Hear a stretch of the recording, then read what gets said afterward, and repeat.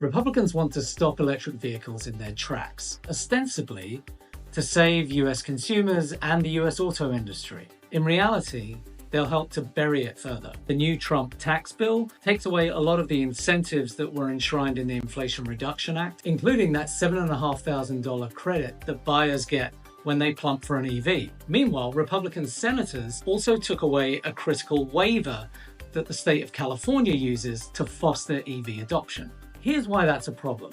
The main reason to buy an EV is to reduce tailpipe emissions, but the market doesn't really care about tailpipe emissions. So we need incentives, subsidies, and penalties or fines to foster that switch over from gas guzzlers to EVs. Republicans are removing both the reason to buy an EV and therefore the chance that the market will grow more quickly. They're also taking away the incentive for manufacturers to build the things in the first place. The US is already a laggard when it comes to EVs. Although it has one of the most prominent EV brands in the world, Tesla, the chief executive of that company has been taking a MAGA chainsaw to that brand, which is cutting into its sales. Plus, the US has enormous issues around range anxiety and a love for trucks, which are very hard to electrify. If we take away the incentives to buy and build EVs further, that will just push the US even further back on what is one of the biggest transformations in the auto industry in the 21st century. Which country is leading that transformation?